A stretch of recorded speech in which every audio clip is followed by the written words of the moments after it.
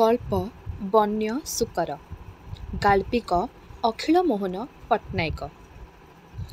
ଜହ୍ନ ଯେତେବେଳେ ଆକାଶରେ ନାଲି ପଡ଼ି ଆସେ, ନହେଲେ ବୈଶାଖର ଅପରାହ୍ନରେ ମନେ ହୁଏ ସମୟ ବୋଧହୁଏ ଆଉ ଆଗକୁ ଯାଉନାହିଁ। ସେତେବେଳେ କେଜାଣି କାହିଁକି ମୋର ମନେ ହୁଏ ଅତୀତକୁ ମନେ ପକାଇବା ପାଇଁ। ତାଙ୍କର ହଳଦିଆ ପଡ଼ି ଆସିବା ଫଟୋଟା କାହିଁକି କେଉଁଦିନୁ କାନ୍ଥରେ ଟଙ୍ଗା ହୋଇ ରହିଛି। ଫଟୋଟା ଉପରେ ଆଖି ପଡ଼ିଲେଇ ଗୋଟାଏ ଝାପ୍ସା ଛବି ଆଖି ଆଗକୁ ଆସେ, ଯେମିତି ହଠାତ୍ ଦିନେ ବାପା ଯୁଦ୍ଧରୁ ଫେରି ଆସି ଆମ ଗାଁର ଛୋଟ ରେଳ ଷ୍ଟେସନରେ ଓହ୍ଲେଇଛନ୍ତି। ବାପା ଥିଲେ କ୍ୟାପ୍ଟେନ୍। ସେହି ସମୟରେ ମନଟା ମୋର ପଛକୁ ଟାଣେ ଏବଂ ଘର ଭିତରେ ଥିବା ସବୁ ଜିନିଷପତ୍ରକୁ ମୁଁ ତନଖି କରି ଦେଖେ। କେଜାଣି କେତେବେଳେ କେଉଁ ପୁରୁଣା ଜିନିଷରେ ଅତୀତର କିଛି ସ୍ମୃତି ରହିଯାଇଥିବ। ଜିନିଷପତ୍ର ସବୁ ତନଖି କରିସାରି ମୁଁ ଯାଏ ଲାଇବ୍ରେରୀ ଭିତରକୁ। ସେଠି ମଝିରେ ମଝିରେ ବାପାଙ୍କର ଦସ୍ତଖତ ଥାଇ ବହି ମିଳେ। ଶବ୍ଦ ତଳେ ମଧ୍ୟ ଗାର ପଡ଼ିଥାଏ, ଆଉ ତା କରରେ ପିଲାଳିଆ ହସ୍ତାକ୍ଷରରେ ଲେଖାଯାଇଥାଏ। ଧରନ୍ତୁ ମ୍ୟାକବେଥ୍, ତା ତ ପୁଣି ବାପାଙ୍କର ପାଠ୍ୟପୁସ୍ତକ ଥିଲା। ଧୂଳି ଛାଡ଼ି ବିଡ଼ା ବିଡ଼ା କାଗଜ, ଚିଠି, ଦଲିଲ ସବୁ ବାହାର କରି ତାର ଭାଙ୍ଗ ସବୁ ପରସ୍ତ ପରସ୍ତ ସମାନ କରି ପଢ଼େ। ମୋଟ ଉପରେ ବେଶ କିଛି ସମୟ ଅତୀତର ଅଧା ଛାଇ ଆଉ ଅଧା ଆଲୁଅ ଗୁମ୍ଫା ଭିତରେ କଟାଏ ଏବଂ ସେହି ସମୟତକ ମୁଁ ବେଶ୍ ଉପଭୋଗ କରେ। ଆଜି ଠିକ୍ ସେହିପରି ଗୋଟାଏ ମାନସିକ ଅବସ୍ଥାରେ ମୁଁ ପୁରୁଣା ଚିଠି ସବୁ ଖେଳାଖେଳି କରି ଦେଖୁଥିଲି ଏବଂ ହଠାତ୍ ତା ଭିତରୁ ଖଣ୍ଡେ କ୍ରିସମାସ କାର୍ଡ଼ ଉପରେ ଆଖି ପଡ଼ିଲା। ମୁଁ କ୍ରିସମାସ କାର୍ଡ଼ ଦେବା ପାଇଁ ବା ପାଇବାର ବିଶେଷ ଅଭ୍ୟସ୍ତ ନୁହଁ, ସେଥିପାଇଁ ସାମାନ୍ୟ ଆଶ୍ଚର୍ଯ୍ୟ ହୋଇଥିଲି ମଧ୍ୟ। କିନ୍ତୁ କାର୍ଡ଼ଟାକୁ ଖୋଲିଦେବା ପରେ ଆଉ ସନ୍ଦେହର ଅବକାଶ ରହିଲା ନାହିଁ। ମୋ ଜୀବନର ଗୋଟାଏ ବର୍ଣ୍ଣିତ ଅଧ୍ୟାୟର ଏହା ଥିଲା ଶେଷ ଲିପି। ସେତେବେଳେ ମୋର ବୟସ ଥିଲା ସେହିପରି, ଯେତେବେଳେ ମୁଁ ଲଗାମହୀନ ପକ୍ଷୀରାଜ ଘୋଡ଼ା ଚଢ଼ୁଥିଲି ଓ ମଝିରେ ମଝିରେ ଚନ୍ଦ୍ରକୁ ଆକାଶକୁ ତୋଳି ଆଣି ଦର୍ପଣ ଭାବରେ ବ୍ୟବହାର କରୁଥିଲି। ଏବଂ ସେହିପରି ସମୟରେ ମୁଁ ସମ୍ବାଦ ପାଇଥିଲି ଯେ ଖୋଦ୍ ପ୍ୟାରିସ ସହରରେ ରହୁଥିବା ମୋର ବୟସ୍କର ଝିଅ ଭାରତବର୍ଷରେ ଆସି ପହଞ୍ଚିଛନ୍ତି ଓ ତାଙ୍କୁ ଭାରତବର୍ଷ ସାରା ବୁଲାଇ ଦେଖାଇବାର ଦାୟିତ୍ୱ ମୋ ଉପରେ ନ୍ୟସ୍ତ କରାଯାଇଛି। ଏ ସମ୍ବାଦରେ ମୁଁ ଯେ ବିଶେଷ ଉତ୍ଫୁଲ୍ଲିତ ହୋଇଥିଲି ତା ନୁହେଁ, କାରଣ ମାଲିକର ଝିଅକୁ ନେଇ ବୁଲାବୁଲି କଲା ଭିତରେ ଯଦି ସାମାନ୍ୟ ତ୍ରୁଟି ପରିଲକ୍ଷିତ ହେଲା, ତାହେଲେ ମୋର ଚାକିରିଟା ଏକାଥରକେ କାବାର। ମୋସିଓ ଗିଓଭାନି ପ୍ୟାରିସ ସହରର ବିଖ୍ୟାତ ଅତର ବ୍ୟବସାୟୀ ଏବଂ ପୃଥିବୀର ନାନା ସ୍ଥାନରେ ତାଙ୍କ ପରଫ୍ୟୁମ୍ ଦୋକାନର ଶାଖା ପ୍ରତିଷ୍ଠାନ ଅଛି। ଅଧୁନା କଲିକତାରେ ତାଙ୍କର ଶାଖା ପରଫ୍ୟୁମ୍ ଡି ପ୍ୟାରିସ ଉଦ୍ଘାଟିତ ହୋଇଥାଏ। ମୁଁ ଠିକ୍ M.A. ପାସ୍ କରିବା ପରେ ଏ ଅନୁଷ୍ଠାନରେ ବିଜ୍ଞାପନ ମୋ ଆଖିରେ ପଡ଼େ। ଇଂରାଜୀ ଓ ଅନ୍ୟୁନ ଦୁଇଟି ଆଞ୍ଚଳିକ ଭାଷା ଉପରେ ଯଥେଷ୍ଟ ଦଖଲ ଥିବ। ବୟସ 30 ବର୍ଷରୁ କମ୍ ହୋଇଥିବ। ସୁଦର୍ଶନ, ମିଷ୍ଟଭାଷୀ ଓ ପ୍ରତିପନ୍ନମତି ହୋଇଥିବ। ଯଦି ଫରାସୀ ଭାଷାରେ ପ୍ରାଥମିକ ଜ୍ଞାନ ଥାଏ, ତାହେଲେ ଅତି ଉତ୍ତମ। ମୋର ଏ ସମସ୍ତ ଯୋଗ୍ୟତା ଥାଉ ବା ନ ଥାଉ, ମୁଁ ଦରଖାସ୍ତ ପକାଇଥିଲି ଓ ଭଗବାନଙ୍କର ଅଜସ୍ର ଆଶୀର୍ବାଦ ଯେ ଅନ୍ୟାନ୍ୟ ଅନେକ ଯୋଗ୍ୟ ପ୍ରାର୍ଥୀ ଥିବା ସତ୍ତ୍ୱେ ଚାକିରିଟି ମୋତେ ମିଳିଥିଲା। ଇଣ୍ଟରଭ୍ୟୁ ଫଳାଫଳ ଓ ଫଟୋ ପ୍ୟାରିସ ପଠାଯାଇ ମୋର ନିଯୁକ୍ତିପତ୍ର ସିଧାସଳଖ ସେଠୁ ଆସିଥିଲା। ଆମର କଲିକତା ଅଫିସର ମୁଖ୍ୟ ପରିଚାଳକ ଥିଲେ ଜଣେ ସୁନ୍ଦରୀ ରମଣୀ ଏବଂ ସେ ବିଭିନ୍ନ ଦେଶର କିସମର ଅତର ସବୁ କଦର ବୁଝୁଥିଲେ। ଭଲ ଓ ସାଚା ଅତରଠାରୁ ଭେଜାଲ ଅତର ତଫାତ୍ ମଧ୍ୟ ଅନାୟାସ ଠଉରେଇ କରିପାରୁଥିଲେ। ମୋଟାମୋଟି କହିବାକୁ ଗଲେ ମୋର କାମ ଥିଲା ବିଭିନ୍ନ କସ୍ମେଟିକ୍ ଦୋକାନକୁ ଯାଇ ବିଭିନ୍ନ ଅତରର ଭୂୟସୀ ପ୍ରଶଂସା କରି ବିକ୍ରି ବୃଦ୍ଧି କରିବା। ଏହି କାମ ପାଇଁ ମୋତେ ଯେଉଁ ଦରମା ଓ ପରକ୍ୱିଜିସ୍ ଦିଆଯାଉଥିଲା, ତାହା ତତ୍କାଳୀନ ଉଚ୍ଚ ସରକାରୀ ଅଫିସରଙ୍କଠାରୁ କୌଣସି ଗୁଣରେ ନ୍ୟୁନ ନଥିଲା। ମୁଁ ମଧ୍ୟବିତ୍ତ ବଂଶଜ ସନ୍ତାନ ହୋଇଥିବାରୁ ଅତର ସମ୍ପର୍କରେ ପ୍ରାୟ ଅଜ୍ଞ ଥିଲି, କିନ୍ତୁ ମୋର ଏହି ଦୁର୍ବଳତାର କ୍ଷତିପୂରଣ କରିବାକୁ ଯାଇ ମୁଁ ଅତର ସମ୍ପର୍କରେ ଅନେକ ପୁସ୍ତିକା, ପ୍ରଚାରପତ୍ର ଇତ୍ୟାଦି ପଢ଼ାପଢ଼ି କରୁଥିଲି ଓ ଅତି ମନୋଯୋଗ ସହକାରେ ବିଭିନ୍ନ କିସମ ଅତରର ବିଶେଷତ୍ୱ ଜାଣିବାକୁ ଚେଷ୍ଟା କରୁଥିଲି। ବେଶ୍ ସ୍ୱଚ୍ଛନ୍ଦରେ ମୋର ସମୟ ବହି ଚାଲିଥିଲା। ତାରିଖଟା ମଧ୍ୟ ମୋର ଆଜି ଯାଏ ମନେ ଅଛି। ସେଦିନ ହୋଇଥାଏ ଜୁଲାଇ 22 ତାରିଖ ଓ ପ୍ୟାରିସ୍ ପ୍ଲେନ୍ ଡମ୍ଡମ୍ ଏୟାରପୋର୍ଟ ଛୁଇଁବାର ସମୟ ଥାଏ ସକାଳ 9ଟା। ଆମ ଅନୁଷ୍ଠାନ ପ୍ରାୟ ସମସ୍ତ କର୍ମଚାରୀ ବେଶ୍ ରୁଚିସମ୍ପନ୍ନ ପୋଷାକ ପିନ୍ଧି ପ୍ରୋପ୍ରାଇଟର ଦୁଲାଳୀଙ୍କର ଅପେକ୍ଷା କରିଥାଉ। ପ୍ଲେନ୍ ଯଥା ସମୟରେ ଭୂମିଷ୍ଠ ହେଲା ଏବଂ ତା ଭିତରୁ କେତେଜଣ ଯାତ୍ରୀ ଲାଡର ଦେଇ ଓହ୍ଲାଇ ଆସିଲେ। ତା ଭିତରୁ ଫରାସୀ ତରୁଣୀଟିକୁ ବାଛିବା କାହା ପକ୍ଷେ କଷ୍ଟସାଧ୍ୟ ହେଲା ନାହିଁ। ତରୁଣୀଟି ସିଡ଼ିରେ ଓହ୍ଲାଉ ଓହ୍ଲାଉ ଅଧା ସିଡ଼ିରେ ରହିଯାଏ।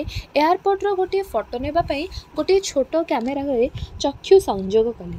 ସେଦିନ ଖରା ଥିଲା। ଗଳିତ ସୁବର୍ଣ୍ଣପରି ଏବଂ ଉଡ଼ାଜାହାଜର ବିଶାଳ ପକ୍ଷ ଦୁଇଟି ଉପରେ ଯେପରି ସୁନାର ପୁଟବଳି ହୋଇଯାଉଥାଏ। ତରୁଣୀଟିର ଦେହର ପୋଷାକ ଯେପରି ସେହି ରଙ୍ଗରେ ଝଲସି ଉଠୁଥାଏ।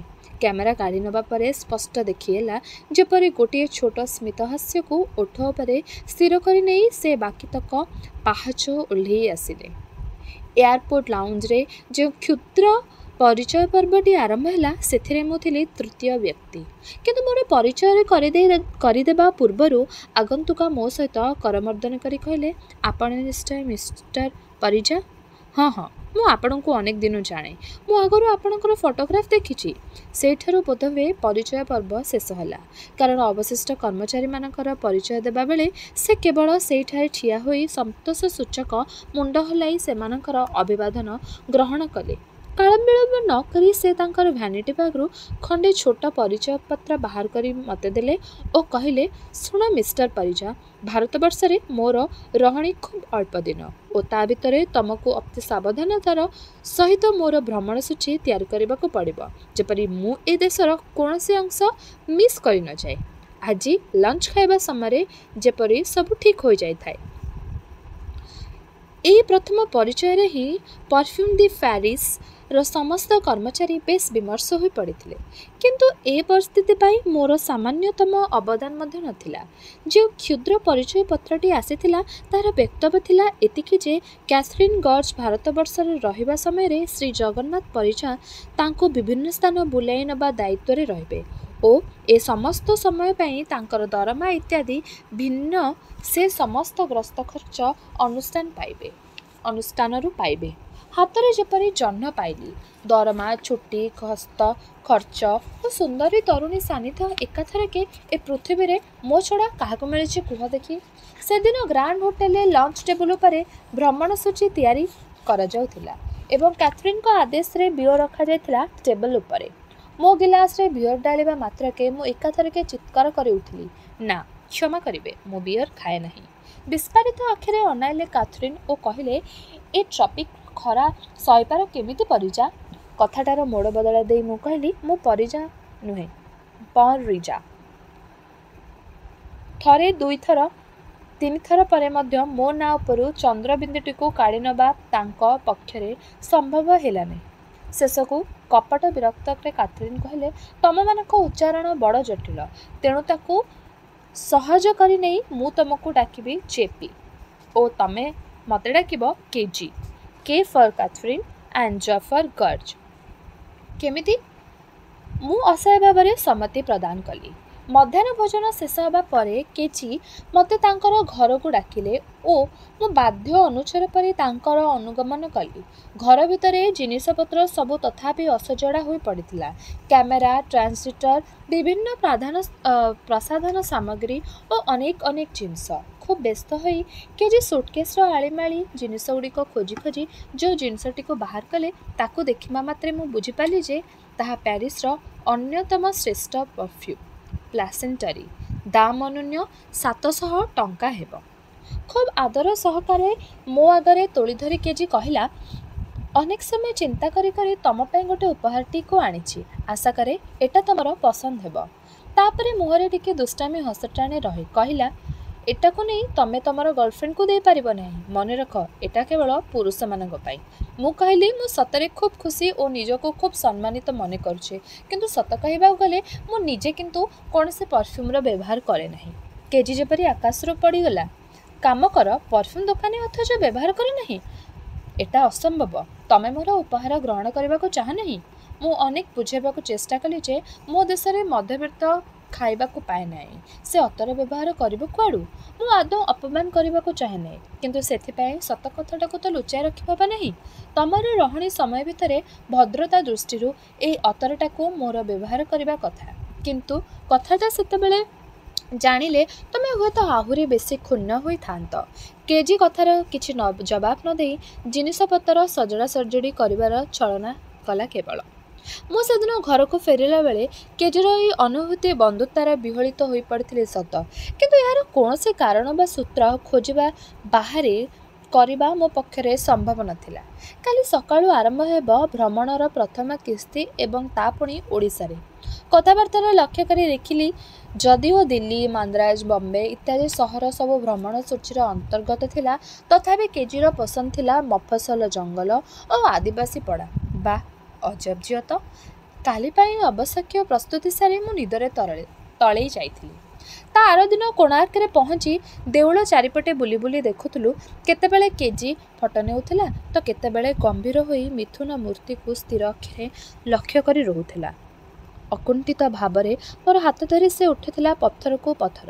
ମୋର କାନ୍ଧ ଉପରେ ଭରା ଦେଇ ବାଇନକୁଲର ଅନେକ ସମୟରେ ଲକ୍ଷ୍ୟ କରି ରହିଥିଲା ନର୍ତ୍ତକୀ ମୂର୍ତ୍ତିକୁ ଓ ପରେ ପରେ ବାଇନକୁଲର କାଢ଼ି ଆଣି କେଜି କହିଲା, ଆଚ୍ଛା, ତମେ ଭାରତୀୟମାନେ ଖୁବ୍ ଯୌନପ୍ରବଣ ଜାତି ନା? ମୁଁ କହିଲି, କାହିଁକି? ମୋର ତ ସେପରି ମନେ ହୁଏ ନାହିଁ। କେଜି ଖୁବ୍ ଉଚ୍ଚ ସ୍ୱରରେ ହସି ହସି କହିଲା, ପ୍ରମାଣ ତ ଥୁଆ ହେଇଛି। ଯଥେଷ୍ଟ ଯୌନ ପ୍ରବଣତା ନଥିଲେ ପଥରରେ ଏତେ ନିଖୁଣ ନିତମ୍ବ ଓ ସ୍ତନ ତିଆରି କରିବା ସମ୍ଭବ ନୁହେଁ। ଆଉ ତା ଛଡ଼ା ଯୌନ ଅବୟବଗୁଡ଼ିକର ବିପୁଳତା ପ୍ରମାଣ କରେ ଯେ ସେକ୍ସ ତମମାନଙ୍କ ପାଇଁ ଗୋଟାଏ ଅବସେସନ୍। ମୁଁ କହିଲି, ତମର ଯାହା ଇଚ୍ଛା ତମେ ସେ ମତାମତ ପୋଷଣ କରିପାର, କିନ୍ତୁ ମୁଁ କହିବି ଯୌନ ପ୍ରବୃତ୍ତି ଠାରୁ ଅନେକ ଉଚ୍ଚ ମାନସିକ ଆହରଣ ପରେ ମଣିଷ ଆର୍ଟିଷ୍ଟ ହୁଏ। କେଜି ମୋର କାନ୍ଧ ଉପରେ ଗୋଟାଏ ପ୍ରଚଣ୍ଡ ଚପେଟା ଘାତ କରି କହିଲା, ପୁଣି ସେଇ ସବୁ ଭାରତୀୟ ଦର୍ଶନ ବାହାରିଲା। ମାନସିକ ଆହରଣ ଗୋଟାଏ କ'ଣ? ତମେ ନ୍ୟୁଡ୍ ଷ୍ଟଡି କରିଛ ଖୁବ୍ ମନୋଯୋଗୀ ଭାବରେ, ଆଉ ସେଇଥିପାଇଁ ତମର ଆର୍ଟ ଏତେ ନିଖୁଣ। ମୁଁ ନୀରବ ରହିଲି। ସେ ଦିନଟା ସାରା କେଜି କେବଳ ସେକ୍ସ କଥା ଆଲୋଚନା କରିବାକୁ ଚାହିଁଥିଲା। ମୁଁ ମଝିରେ ମଝିରେ ଯୋଗ ଦେବାକୁ ବାଧ୍ୟ ହେଉଥିଲି କେବଳ। କିଛି ସମୟ ପରେ ସାମାନ୍ୟ ବିରକ୍ତି ହୋଇ ଉଠିଲା କେଜି। ତମେ ସେ ଟିପିକାଲ ଭାରତୀୟ ଯେଉଁମାନେ ଯୌନ ପ୍ରକ୍ରିୟାଟାକୁ ଦେଖାନ୍ତି ଯେପରି ଗୋଟିଏ ପାପ, ଗୋଟାଏ ପରଭର୍ସନ୍, ଗୋଟାଏ ଏମିତି କିଛି ଜିନିଷ ଯାହା ପଦାକୁ ଆସିଲେ ସମାଜଟା ଏକାଥରକେ ରସାତଳୁ ଚାଲିଯିବ। ସେ ସମ୍ପର୍କରେ ଆଲୋଚନା କଲାବେଳେ ତମେମାନେ କଇଁଛ ପରି ହାତ ଗୋଡ଼ ଗୋଟେଇ ନେଇ ବସିଯାଅ, ଅଥଚ ପ୍ରକୃତ ପକ୍ଷେ ମୁଁ ଯେତିକି ପଢ଼ିଛି ଅନେକ ସମୟରେ ତମେମାନେ ହିଂସ୍ର, ଏପରି ସାଭେଜ୍। ମୁଁ ସାମାନ୍ୟ ସ୍ମିତ ହସିଥିଲି। ଅର୍ଥ ପ୍ରତ୍ୟେକ ଲୋକର ମତାମତ ତା'ର ନିଜସ୍ୱ। ପୁରୀର ସମୁଦ୍ର ବେଳାରେ ଆମେ ବସି ରହିଥିଲୁ। କେଜି ମୋତେ ଡାକିଥିଲା ପହଁରିବା ପାଇଁ। ମୁଁ କହିଥିଲି ମୁଁ ପହଁରା ଜାଣେନା। କେଜି କିଛି ଜବାବ ନ ଦେଇ ପାଶ୍ଚାତ୍ୟ ସୁଲଭ ଭଙ୍ଗୀରେ ତା'ର ଦୁଇ କାନ୍ଧକୁ ଅନେକ ଉପରକୁ ଉଠାଇ ଶ୍ରଗ କରିଥିଲା କେବଳ। ତାପରେ ତା'ର ସାର୍ଟ ବ୍ଲାଉଜ ଧୀରେ ଧୀରେ ଉନ୍ମୋଚନ କରି ସାରି ଶେଷରେ ଯାହା ପିନ୍ଧି ସେ ଠିଆ ହେଲା, ତାହା ହେଲା ଖଣ୍ଡେ ସୁଇମ୍ ଟ୍ରଙ୍କ ଓ ଖଣ୍ଡେ ପତଳା ବ୍ରା, ଯାହାକି ତା'ର ବର୍ତ୍ତୁଳ ସ୍ତନର ପୀଡ଼ନର ଅତିମାତ୍ରାର ଭାରାକ୍ରାନ୍ତ। ମାନିବାକୁ ପଡ଼ିବ, ପ୍ରାୟ ଉଲଗ୍ନ କିଛି ଦେଖିବାକୁ ଭାରି ସୁନ୍ଦର ଲାଗୁଥିଲା। ଦୀର୍ଘ ତନୁ, ସ୍ଫୀତ ବକ୍ଷା, କ୍ଷୀଣ କଟି ଓ ଦୁଇଟି ଫ୍ଲାୱାର ଭାଜ୍ ପରି କ୍ରମାନୁପାତିତା ଦୁଇଟି ଗୋଡ଼। ଅନେକ ସମୟ ଧରି ସନ୍ତରଣ କରିଥିଲା କେଜି ଓ ମଝିରେ ମଝିରେ ବେଳାଭୂମି ଉପରକୁ ଆସି ମୋତେ ଅନୁରୋଧ କରିଥିଲା ତା'ର ଫଟୋ ଉଠାଇବାକୁ। ସେତେବେଳକୁ ପୁରୀର ବେଳାଭୂମିରେ କୌତୂହଳୀ ଜନତାର ଭିଡ଼ ଜମି ଯାଇଥିଲା। ମୁଁ କିଛି ଲଜ୍ଜିତ ହେଉଥିଲେ ମଧ୍ୟ ମୋର କହିବାର ଉପାୟ ନଥିଲା ଯେ ଏ ବିଦେଶିନୀ ତରୁଣୀ ମୋର ପ୍ରଣୟିନୀ ନୁହନ୍ତି। ଏହିପରି ବସି ରହିବା ଓ ଫଟୋ ନେବା ମୋର ଚାକିରିର ଗୋଟାଏ ଅଂଶ। କିନ୍ତୁ କେଜିର ପରବାଏ ନଥିଲା ଆଦୌ। ସେ ଯେପରି ଭାବୁଥିଲା ତା ଚାରିପଟେ କେତେଗୁଡ଼ିଏ କୌତୂହଳୀ ଭାରତୀୟ ବନ୍ୟଜନ୍ତୁ ତାକୁ ସମୀକ୍ଷା କରୁଛନ୍ତି। ହାତରେ ଦୁଇଟା ବାଲି କଙ୍କଡ଼ା ଧରି ଓଦା ସରସର ହେଇ ସେ ଭିଡ଼ କାଟି ଅତି ସହଜ ଭାବରେ ଫେରି ଆସିଥିଲା ତା'ର ହୋଟେଲକୁ। କେଜିର ଭାରତ ଭ୍ରମଣର ସବୁ କଥା ଲେଖି ବସିଲେ ଏକ ଇତିହାସ ହେବ। ଅନେକ ଜାଗା ବୁଲିଛୁ। ଜୁହୁ ବିଚ୍ ଠାରୁ ଶିମିଳିପାଳ ଜଙ୍ଗଲ, ଅଜନ୍ତା ଏଲୋରା ଠାରୁ କାଠମାଣ୍ଡୁ। କେତେବେଳେ ଆମେ ବସିଛୁ 5 ଷ୍ଟାର ହୋଟେଲରେ ଓ କେତେବେଳେ ସାନ୍ଦ୍ର ଜଙ୍ଗଲ କାଠ କ୍ୟାବିନ୍ ଭିତରେ, କେତେବେଳେ ଉଡ଼ାଜାହାଜ ତ କେତେବେଳେ ଷ୍ଟିମରରେ। ସତ୍ୟ କହିଲେ ଏହି ସୁଯୋଗରେ ମୁଁ ଭାରତବର୍ଷର ଅନେକ ଦର୍ଶନୀୟ ସ୍ଥାନ ଦେଖିନେଲି, ଯାହା ମୁଁ ହୁଏତ ଏଯାବତ୍ ଦେଖିପାରି ନଥାନ୍ତି। ଇତିମଧ୍ୟରେ କେଜି ଦେଶକୁ କେବଲ କରି ତା'ର ଭାରତବର୍ଷର ରହିବା ସମୟ ବଢ଼େଇ ନେଇଛି ଆହୁରି 2 ମାସ। এই ସମୟ ଭିତରେ ମୋତେ ଲକ୍ଷ ଲକ୍ଷ ପ୍ରଶ୍ନର ଉତ୍ତର ଦେବାକୁ ପଡ଼ିଛି, ଯାହାର ଉତ୍ତର ଦେବା ମୋ ପକ୍ଷରେ କାହିଁକି କାହା ପକ୍ଷରେ ସମ୍ଭବ ନୁହଁ। ତମେ ଗାଈକୁ କାହିଁକି ମା ବୋଲି କୁହ? ଗଙ୍ଗାରେ ଗାଧୋଇଲେ କାହିଁକି ପାପ ସବୁ ଧୋଇଯାଏ? ସାପୁଆ ଖେଳାମାନେ କ'ଣ ସାପ ଡକ୍ଟର? ତମର ଗାଁ ବାରିଆଡ଼େ ସିଂହ ଛୁଆ ଦିଏ କି ନାହିଁ? ସ୍ତ୍ରୀ ଲୋକମାନେ କାହିଁକି ଲୁଗାପଟା ପିନ୍ଧି ଗାଁ ପୋଖରୀରେ ଗାଧୋଉଛନ୍ତି? ମୋତେ ଦେଉଳ ଯିବାକୁ ବନା କାହିଁକି? ନେଉଳ ସାପକୁ 2 ଖଣ୍ଡ କରି ମଝି ଖଣ୍ଡକ ଖାଇସାରି ପୁଣି ତାକୁ ଯୋଡ଼ି ଦିଏ କାହିଁକି? ଯାହା ଖର୍ଚ୍ଚ ହେଲେ ବି ମୁଁ ତା'ର ଗୋଟାଏ ଲାଇଫ୍ ଫଟ୍ ନେବାକୁ ଚାହେଁ, କିନ୍ତୁ କାହିଁକି ସମ୍ଭବ ନୁହଁ? ଏକା ଗାଁ ଭିତରେ ହିନ୍ଦୁ ମୁସଲମାନ କିପରି ଏକାଠି ରହନ୍ତି? ଗଣେଶ ସରସ୍ୱତୀ ପ୍ରଭୃତି ଏତେ ସୁନ୍ଦର ସୁନ୍ଦର ମୂର୍ତ୍ତିକୁ କାହିଁକି ଏପରି ନିଷ୍ଠୁର ଭାବରେ ପାଣିରେ ବୁଡ଼ାଇ ନଷ୍ଟ କରି ଦିଆଯାଏ? ଇତ୍ୟାଦି ଇତ୍ୟାଦି। ଏହାର କ'ଣ ଜବାବ ଦିଆଯାଇପାରେ? ତେଣୁ ପ୍ରତ୍ୟେକ କଥାରେ ମୋତେ କହିବାକୁ ପଡ଼େ ଏସବୁ ହିନ୍ଦୁ ଦର୍ଶନ ବେଦ ବେଦାନ୍ତର କଥା। ତାକୁ ଅଧ୍ୟୟନ ନ କଲେ ଏହାର ମର୍ମ ଜାଣିବାକୁ ସମ୍ଭବ ନୁହଁ। କିଛି ସମୟ କେଜିର ଭାବାନ୍ତର ଆସେ ଓ ସବୁବେଳେ କୁହେ, ମୁଁ ଗଲାବେଳେ ତମର ଏହି ବେଦ ବେଦାନ୍ତଟାକୁ ନେଇଯିବି। ସମୁଯାଏ କେତେ ଭଲ୍ୟୁମ୍? କିଏ ଏହାର ଅଥର? ଆଉ କିଏ ତା'ର ପବ୍ଲିଶର? ଗତ 5-6 ମାସ କାଳ ଏକାଠି ବୁଲି ବୁଲି ଆମେମାନେ ପରସ୍ପର ପ୍ରତି ଏକାନ୍ତ ଅନ୍ତରଙ୍ଗ ହୋଇପଡ଼ିଲୁଣି। ଅର୍ଥ ଆମ ଭିତରେ ଆଉ କୌଣସି ଲୌକିକତାର ପ୍ରାଚୀର ନାହିଁ। ଉଦାହରଣ ସ୍ୱରୂପ କେଜି କୁହେ, ଯଦି କିଛି ମନେ ନ କରେ ତାହେଲେ ସିଗାରେଟଟା ମୋ ପାଇଁ ଟିକେ ଧରେଇ ଦିଅ ନା ପ୍ଲିଜ୍। କେବେ କେମିତି ଗୋଟାଏ ପ୍ଲେଟ୍ର 2 ଜଣ ଯାକ ଷ୍ଟାକ୍ ମଧ୍ୟ ଖାଇଛୁ। ଅନେକ ଥର ହୋଟେଲରେ ପାଖାପାଖି ରୁମ୍ ନେଇ ରହିଛୁ ଏବଂ କେହି କାହା ଘର ଭିତରକୁ ପଶିବାକୁ ଅନୁମତି ସୂଚକ ନକ୍ ନ କରି ହଠାତ୍ ଘର ଭିତରକୁ ଚାଲି ଆସିଛୁ। କିନ୍ତୁ ମୋର ସର୍ବପ୍ରଥମ ଚରମ ଅନୁଭୂତି ହୋଇଥିଲା ଯେତେବେଳେ ଆମେ ଚାନ୍ଦିପୁର ଜଙ୍ଗଲ କାଠ କ୍ୟାବିନ୍ ଭିତରେ ଗୋଟାଏ ରାତି କାଟିଥିଲୁ। ସମୁଦାୟ ଜଙ୍ଗଲଟା ଅଦ୍ଭୁତ ଭାବରେ ନୀରବ।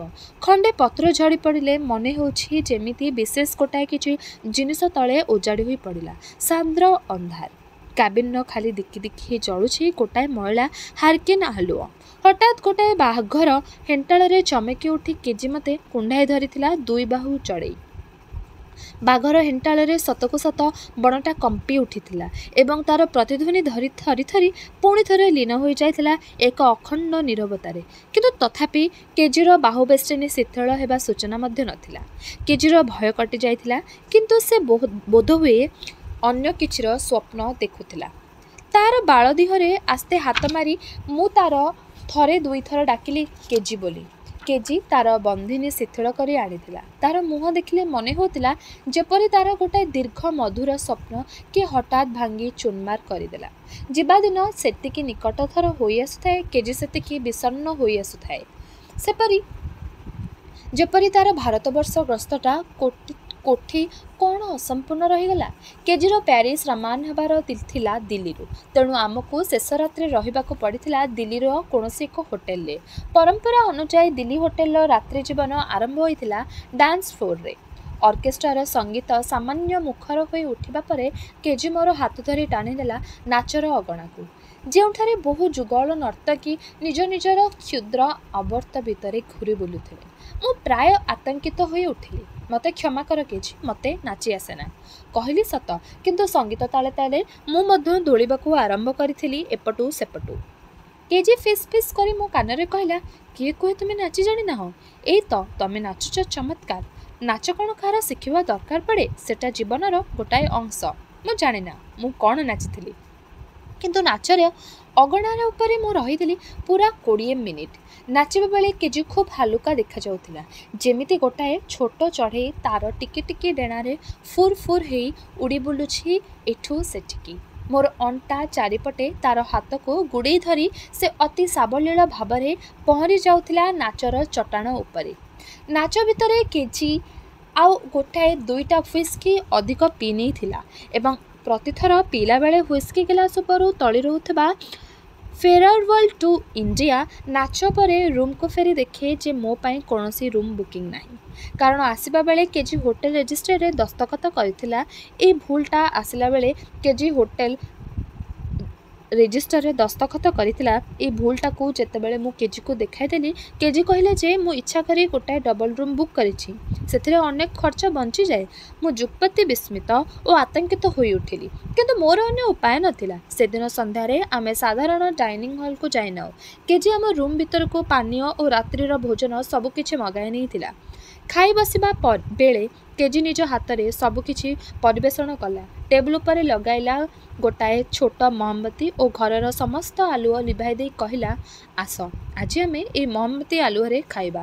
ଆମ ଦେଶରେ ଏପରି ରାତ୍ରି ଭୋଜନକୁ ପୁରୁଷ ସ୍ତ୍ରୀକୁ ନିମନ୍ତ୍ରଣ କରେ, କିନ୍ତୁ ଆଜି ମୁଁ ତୁମକୁ ନିମନ୍ତ୍ରଣ କରୁଛି ଜେପି। ସମସ୍ତେ ଚୁପଚାପ। ଘର ଭିତରେ ଗୋଟାଏ କେମିତିଆ ଥମ୍ ଭାବ, ସତେ ଯେପରି ଶ୍ରାବଣ ମାସର ଗୁମ୍ଟି ଆକାଶ ଆଉ କିଛି ସମୟ ପରେ ହା ହା କରି କାନ୍ଦି ଉଠିବ। ଦୁଇଜଣ ଯାକ ନୀରବରେ ସୁପ୍ ଚାମଚ ଉପରକୁ ନଉଛୁ, ତଳକୁ ଆଣିଛୁ। କେହି କିଛି କହୁନାହୁଁ, କିଛି ଘଟୁନାହିଁ। କିନ୍ତୁ ଶେଷ ପର୍ଯ୍ୟନ୍ତ ମୋତେ ଆରମ୍ଭ କରିବାକୁ ପଡ଼ିଲା। ଦେଖ କେଜି, ତମ ସହିତ ଏ ଦୀର୍ଘ 6 ମାସର ଭ୍ରମଣ ମୋତେ ଅତ୍ୟନ୍ତ ଆନନ୍ଦ ଦେଇଛି ଏବଂ ସବୁଠାରୁ ବେଶୀ ଖୁସି ହେଇଛି ମୁଁ ତମର ସାନ୍ନିଧ୍ୟରେ। ଆମମାନଙ୍କର ଦେଶ ଭିନ୍ନ ହେଲେ ମଧ୍ୟ ପ୍ରେମରେ ପଡ଼ିବା ପାଇଁ ବୟସ ଆମମାନଙ୍କର ଅତ୍ୟନ୍ତ ଅନୁକୂଳ। ମୁଁ ସେଇ ମଳିନ ଆଲୁଅରେ ଦେଖିପାରୁଥିଲି କେଜିର ଆଖି ଖୁସିରେ ଚିକ୍ ଚିକ୍ କରୁଥିଲା ଏବଂ ସେ ତା'ର ସ୍ୱର ଯଥାସମ୍ଭବ ଧୀର କରି କହିଲା, ଆଃ, ମୋତେ ଭାରି ଭଲ ଲାଗୁଛି ଶୁଣିବାକୁ। ତମର ଯାହା କହିବାର ଅଛି ଆଜି କହିଯାଅ।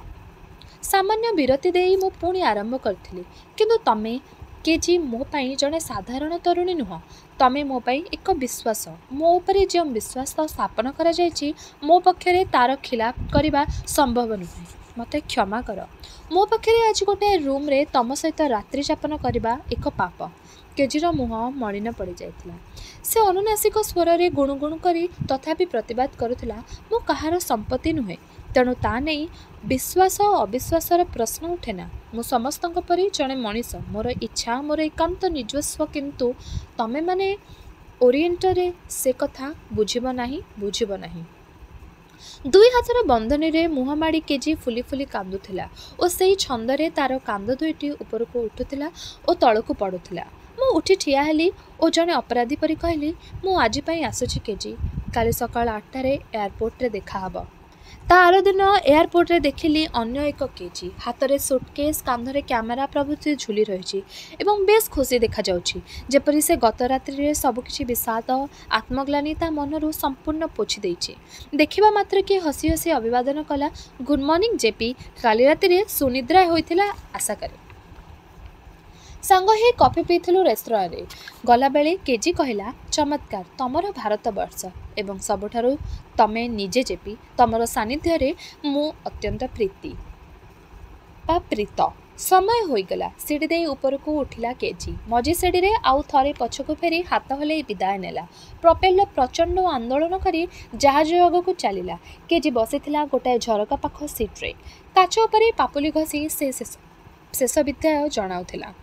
ମୋତେ ଜଣାଯାଉଥିଲା ଯେପରି ଗୋଟିଏ ସୁନ୍ଦର ଇଗଲ ପକ୍ଷୀ ତା'ର ପଞ୍ଝା ଆନ୍ଦୋଳିତ କରି ମୋତେ ବିଦାୟ ଦେଉଛି। ଦିଲ୍ଲୀରୁ ଫେରି ଆସି ଫାର୍ମରେ ଯୋଗଦେଲି। ମୋ ଉପରେ କର୍ତ୍ତୃପକ୍ଷଙ୍କ ଏ ଅହେତୁକ ଆଶୀର୍ବାଦ ହେତୁ ମୋର ସହକର୍ମୀମାନେ ସାମାନ୍ୟ ଈର୍ଷାନ୍ୱିତ ହୋଇ ଉଠିଥିଲେ। ହେବା ସ୍ୱାଭାବିକ ମଧ୍ୟ। ଆଉ ଏକ ସପ୍ତାହ ପରେ ଖ୍ରୀଷ୍ଟମାସ ଛୁଟି। ସେଦିନ ଅଫିସରେ ଅନ୍ୟମନସ୍କ ହୋଇ ବସିଛି। ହଠାତ୍ ବିଦେଶୀ ଲଫାପାରେ ଖଣ୍ଡେ ଚିଠି ପାଇ ତରତରରେ ଖୋଲିଲି। ସୁନ୍ଦର ଖ୍ରୀଷ୍ଟମାସ କାର୍ଡ଼। ଛବିରେ ଗୋଟିଏ ଖଟ ଉପରେ ଶୋଇ ରହିଛି ଜଣେ ପ୍ରାୟ ଅସମ୍ବୃତା ସୁନ୍ଦର ତରୁଣୀ ଏକ ନିମନ୍ତ୍ରଣର ଭଙ୍ଗୀରେ ଏବଂ ତା'ର ଖଟ ଚାରିପଟେ ଗୋଟିଏ ଘୁଷୁରି ଶୁଙ୍ଘି ବୁଲୁଛି। ସେଦିନର ସେଇ ଖ୍ରୀଷ୍ଟମାସ କାର୍ଡ଼ଟିକୁ ଆସି ଜୀବନର ଉତ୍ତର ମଧ୍ୟାହ୍ନରେ ହାତରେ ଧରି ମୋର ଅତୀତକୁ ରୋମନ୍ଥନ କରୁଛି। ଠିକ୍ ସେଇଦିନ ଅନ୍ୟ ଏକ ସଂକ୍ଷିପ୍ତ ଚିଠି ମଧ୍ୟ ମୋର ହସ୍ତଗତ ହୋଇଥିଲା। ସେଥିରେ ଲେଖାଥିଲା ଯେ ପରଫ୍ୟୁମ୍ ଦି ପ୍ୟାରିସ୍ ତାଙ୍କ ବ୍ୟୟ ସଙ୍କୋଚ କରିବା ପାଇଁ ମୋ ପରି ଏକ ବିଶ୍ୱସ୍ତ ଓ କର୍ମନିଷ୍ଠ କର୍ମଚାରୀଙ୍କୁ ଗଭୀର ଦୁଃଖର ସହିତ ଅନୁଷ୍ଠାନରୁ ବିଦାୟ ଦେବାକୁ ବାଧ୍ୟ ହେଉଛନ୍ତି। କାର୍ଡ଼ ଖଣ୍ଡିକ ଉପରେ କିଛି ପତଳା ଧୂଳି ଜମି ଆସିଥିଲା। ଗୋଟାଏ ଟିପ ମାରି ସେଗୁଡ଼ିକ ଛାଡ଼ିଦେଲି ଏବଂ ସେ ଧୂଳି ସହିତ ଛଡ଼ିଗଲା ମୋର 5 ବର୍ଷର ଜୀବନ। ଏଠାରେ ଶେଷ ହେଲା ଗାଳ୍ପିକ ଅଖିଳ ମୋହନଙ୍କ କାହାଣୀ ବନ୍ୟ ଶୂକର। ରହିଲି, ନମସ୍କାର।